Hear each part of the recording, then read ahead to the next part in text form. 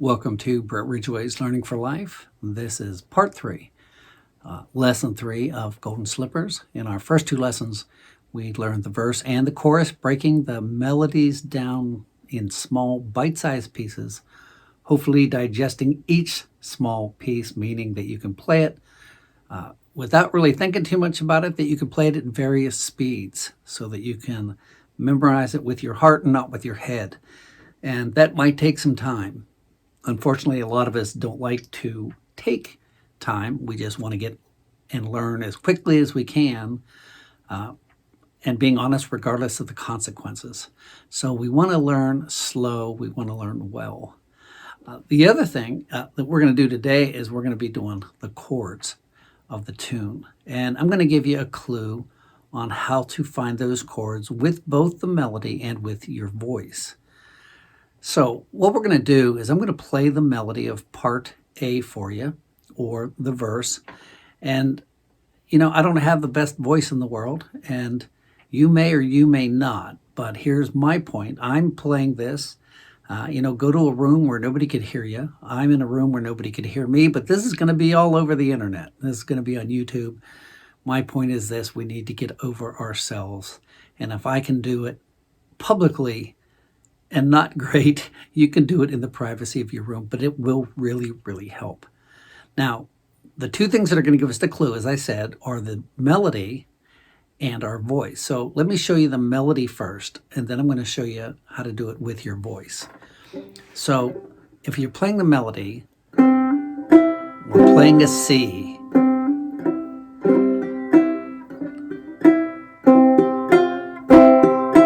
That's all C. Now, we went to here.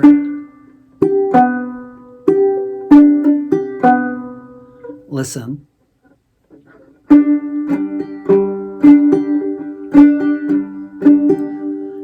That's still a G, whether you play it like this.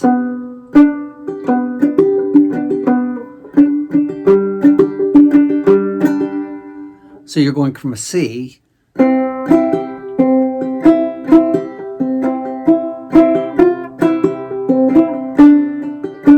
to G,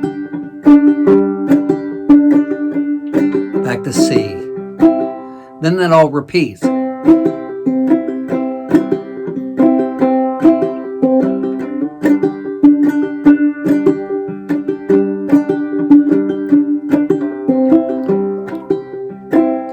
Now, hopefully you could actually have been singing that melody in your head. We had talked in the past about anticipating chords. And one of the things I had said is a lot of times songs will go from the first chord to the fourth, to the first, to the fifth, to the first. Here's what that means in the key of C. You're going from C to F, from C to G to C. That does not work on the verse. So if you were anticipating, you probably were doing it wrong. There's only two chord changes, just C and G. Now, I'm going to sing this, just kind of not hum it, but give you an idea of the melody. And again, I'm doing this publicly. You could do this privately. Just start singing the tune like this. See.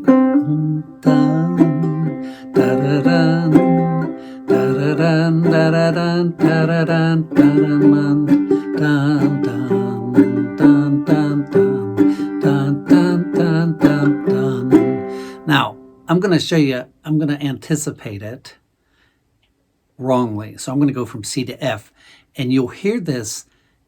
Your voice will force the chord, and actually the chord will force your voice to change. But here's what I mean by that.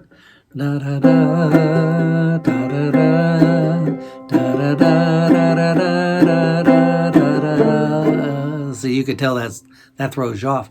I'm actually just going to do the C and the G, but I'm not going to switch when it's time to switch. It'll do the same thing. Da da da da da da da da da da da da. So you could your voice follows the chord, and by the same idea, your chord should follow your voice.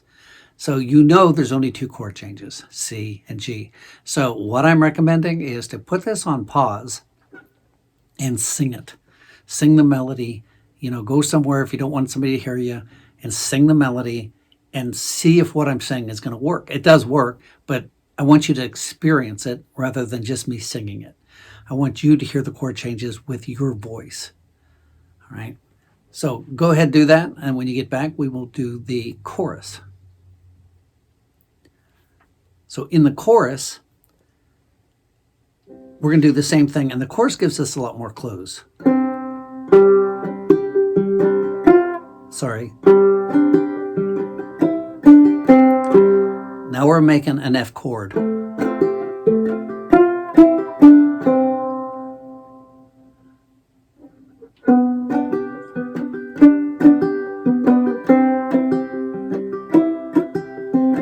So we went from a C to an F directly to a G.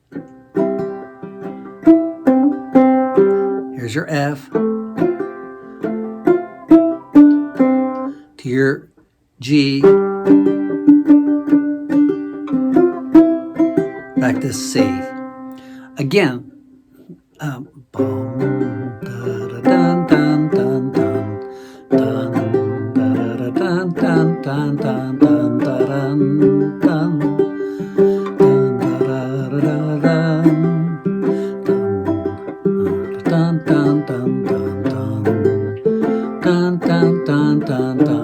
Now, here's my point of this.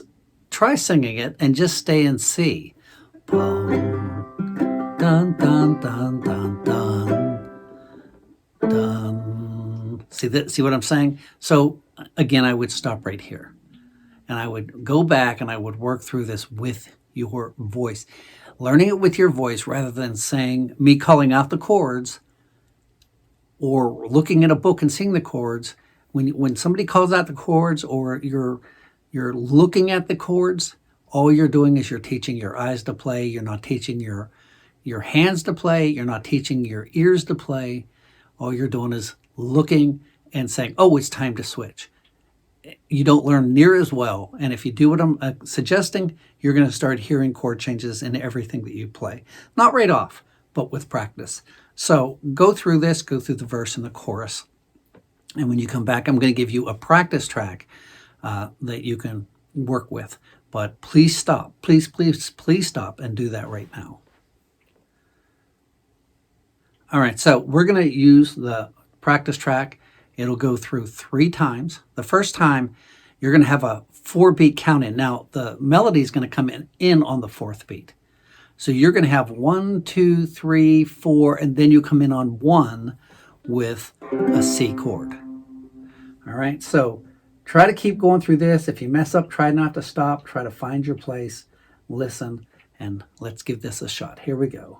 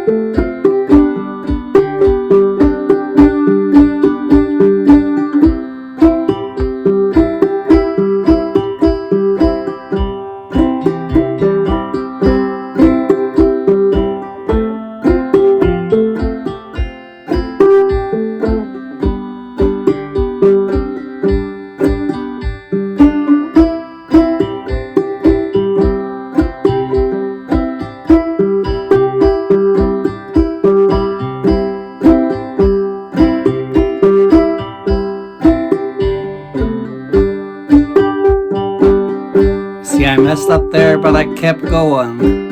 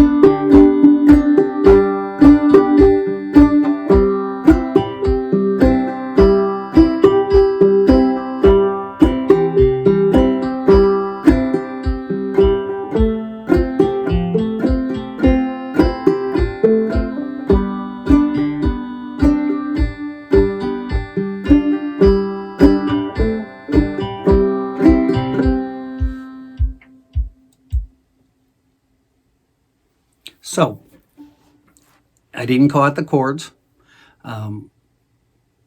Again, in part A, you just have C and G. In part B, you're going from C to F to G, then back to C. So, I want you to really work on this. Try this. I'm telling you, I do know for a fact there are people who go to other channels because they're given everything.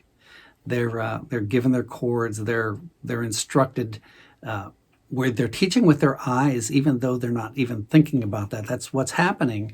You want to learn with your hands. You want to learn with your ears, and that's going to really help you to play. So, I hope you're enjoying this. I'm going to give you a practice track all your own, 3 times through. I'm not going to be playing. If you notice, I switched. I went from just, and then I did a drop thumb. You could do triple thumb, but you also notice I start mixing it up.